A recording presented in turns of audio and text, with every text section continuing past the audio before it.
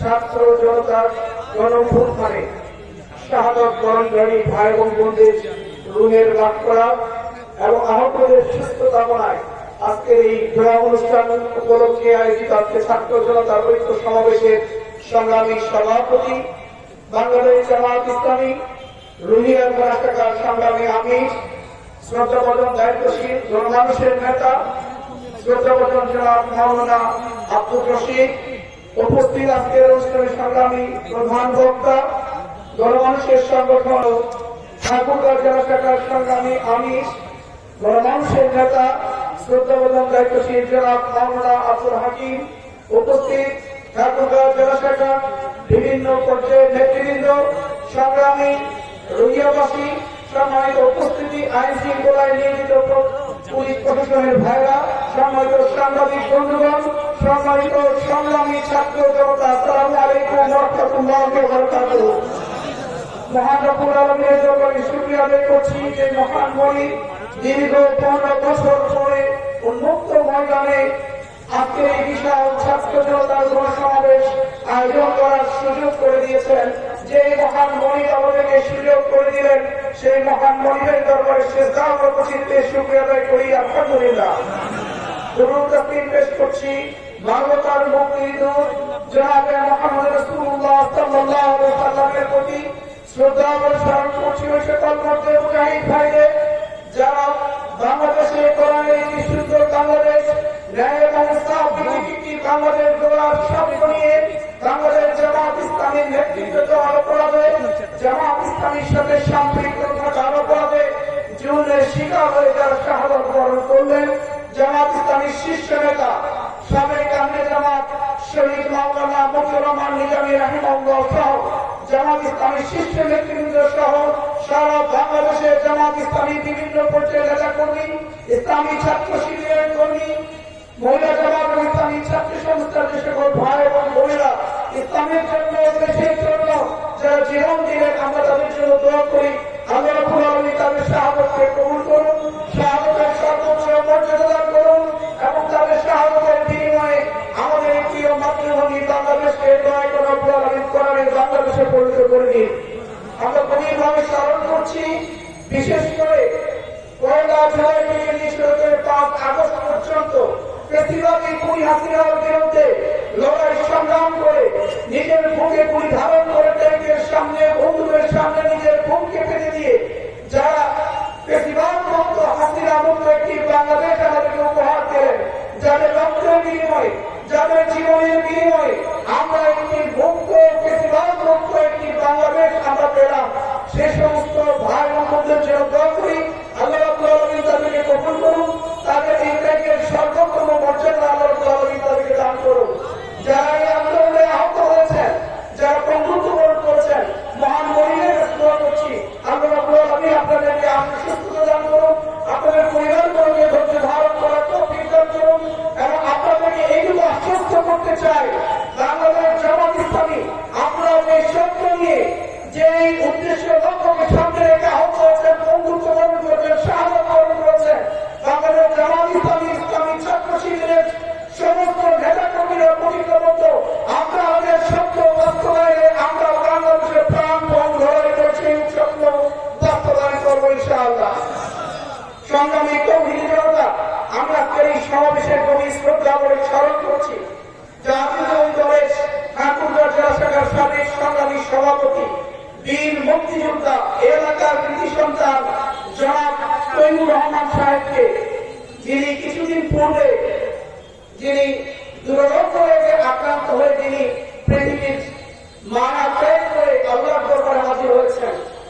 আমি ব্যক্তিগতভাবে এই শ্রদ্ধাভাজন নেতার সাথে পরিচিত হয়েছিলাম। খুব অল্প সময় তার সাথে কথা বলে আমার কাছে খুব বেশি মনে হয়েছিল অত্যন্ত একজন পরিশীলিত একজন রাজনীতিবিদ ছিলেন। আমরা তার জন্য দোয়া করি, আল্লাহ রাব্বুল আলামিন দুনিয়ার জীবনের সমস্ত নেক আমলগুলো কবুল করে নিয়ে তাকে জান্নাতের উচ্চ মাকাম দান করুন, তার পরিবারকে রব্বুল আলামিন ধৈর্য ধারণ করার তৌফিক দান করুন। সংগ্রামী তৌহিদি জনতা, আজকে যখন আমরা এই উচ্চ বিদ্যালয় মাঠে যখন আমরা সমাবেশ করছি, তখন আপনারা প্রিন্ট, ইলেকট্রিক মিডিয়ার মাধ্যমে জেনেছেন আমাদের 3 পার্বত্য চট্টগ্রামে রক্তের পরীক্ষা শুরু হয়েছে। সেই 3 পার্বত্য চট্টগ্রামে উত্তেজনা শুরু হয়েছে। এই খুনিয়াসিনা সরকার বিগত 15 বছর ধরে ভারতীয় সরকারকে খুশি করে দেশকে ভারতের একটি অঙ্গরাজ্য বানানোর স্বপ্ন নিয়ে কাজ করেছিল। সেই স্বপ্ন যখন ধূলিসাৎ হয়েছে, সেই স্বপ্ন যখন ভঙ্গ হয়েছে, বাংলাদেশ থেকে পালিয়ে গিয়ে এখন ভারতে গিয়ে আবার ষড়যন্ত্র করছে আমাদের 3 পার্বত্য চট্টগ্রামকে বাংলাদেশ থেকে বিচ্ছিন্ন করার জন্য। আমরা স্পষ্ট করে হুঁশিয়ারি উচ্চারণ করে বলে দিতে চাই, 3 পার্বত্য চট্টগ্রাম নিয়ে কোনো ষড়যন্ত্র করবেন না, সেখানে রক্তের কোনো অধিকার খেলবেন না, আর কোনো ভাইয়ের উপরে গুলি চালাবেন না। যদি 3 পার্বত্য চট্টগ্রাম নিয়ে কোনো ষড়যন্ত্র করা হয়, বাংলাদেশের 18 কোটি জনতাকে সাথে নিয়ে প্রয়োজনে 3 পার্বত্য চট্টগ্রাম আমরা ধ্বংস করবো। এই 3 পার্বত্য চট্টগ্রামকে এবং তাদেরকে বাংলাদেশের সাথেই রাখবো ইনশাআল্লাহ। এজন্য আমি এই সমাবেশের সকল উপস্থিতি এবং সারা বাংলাদেশের জনগণকে সচেতন থাকার জন্য অনুরোধ করছি যে কোনো সময় যদি প্রয়োজন হয় আমরা 3 পার্বত্য চট্টগ্রাম মুখী এবং অভিমুখী যাত্রা শুরু করবো ইনশাআল্লাহ। সম্মানিত ভাইরা আমার, শুধু তাই নয়, এই খুনিয়াসিনা সরকার ছাত্র জনতার গণঅভ্যুত্থানে এদেশ থেকে গোপনে তিনি পালিয়ে দান করেছিলেন।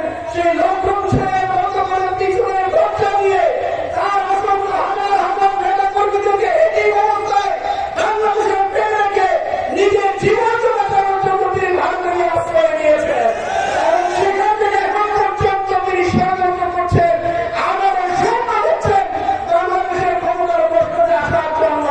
সেখান থেকে তিনি কলকাতা যাচ্ছেন।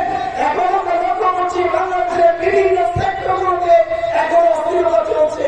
বাংলাদেশের বিভিন্ন সেক্টর, বিশেষ করে প্রশাসনের মধ্যে আমরা লক্ষ্য করছি সেই আইনগুলির প্রচলিত এগুলো ঘাটতি বেড়েছে, বাংলাদেশকে অস্থির করার জন্য চেষ্টা করছে। আমরা বর্তমান অন্তর্বর্তীকালীন সরকারকে অত্যন্ত আহ্বান জানাবো, অবিলম্বে সেই আইনগুলিকে খুঁজে ফিরে প্রচলিতকে খুঁজে বের করুন।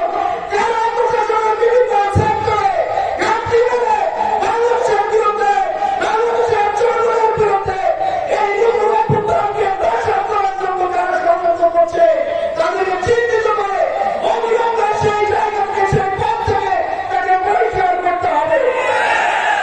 সংগ্রামী তৌহিদি জনতা, আপনারা জানেন বাংলাদেশ সমাজ ইসলামী কোরআনের একটি সুন্দর সমাজ, কোরআনের একটি সুন্দর রাষ্ট্র কায়েমের স্বপ্ন নিয়ে বাংলাদেশে কাজ করে যাচ্ছে। যেই সমাজ বৈষম্যহীন সমাজ, যেই সমাজ ইনসাফ কায়েম হবে, যেই সমাজে কোনো অভিযোগ থাকবে না, ন্যায় বিচার প্রতিষ্ঠিত হবে। সমাজ ইসলামী চায় আমাদের দেশের সংসদ, যেই সংসদে আইন পাস হয়, যে আইন দিয়ে পুরো বাংলাদেশ পরিচালিত হয়। আমরা বাংলাদেশ সমাজ ইসলামী চাই কোরআনের আইন দিয়ে আমাদের সংসদ পরিচালিত হবে। আমরা চাই যে আদালত থেকে আমরা ন্যায় বিচার পাই না, আমাদের আদালত থেকে আমাদেরকে ন্যায় বিচার থেকে বঞ্চিত করা হয়। আমরা বাংলাদেশ সমাজ ইসলামীর পক্ষ থেকে আমরা সেই কাজটি করতে চাই।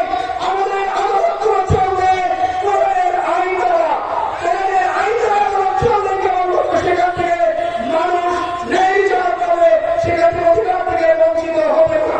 সংগ্রামী ভাইরা আমার, আমি বলতে চাই জামাত ইসলামী যখন এই ধরনের একটি সমাজ, বৈষম্যহীন সমাজ, ন্যায় এবং ইসলামের ধর্ম একটি সমাজ রাষ্ট্র কায়েমের স্বপ্ন নিয়ে যখন কাজ করে যাচ্ছিল, তখন এই ফ্যাসিবাদী আওয়ামী সরকার, চরম ইসলামের দুষ্কৃত সরকার, খুনি হাতিয়ার দীর্ঘ 15 বছর ধরে জুলুমের স্ত্রী পরিচালনা করেছিল জামাত ইসলামীর উপরে। আপনারা জানেন এই দীর্ঘ 15 বছরে আমাদের শীর্ষ নেতৃত্ব সহ কয়েক হাজার মেম্বারকে তারা হত্যা করছে, কাউকে ফাঁসিতে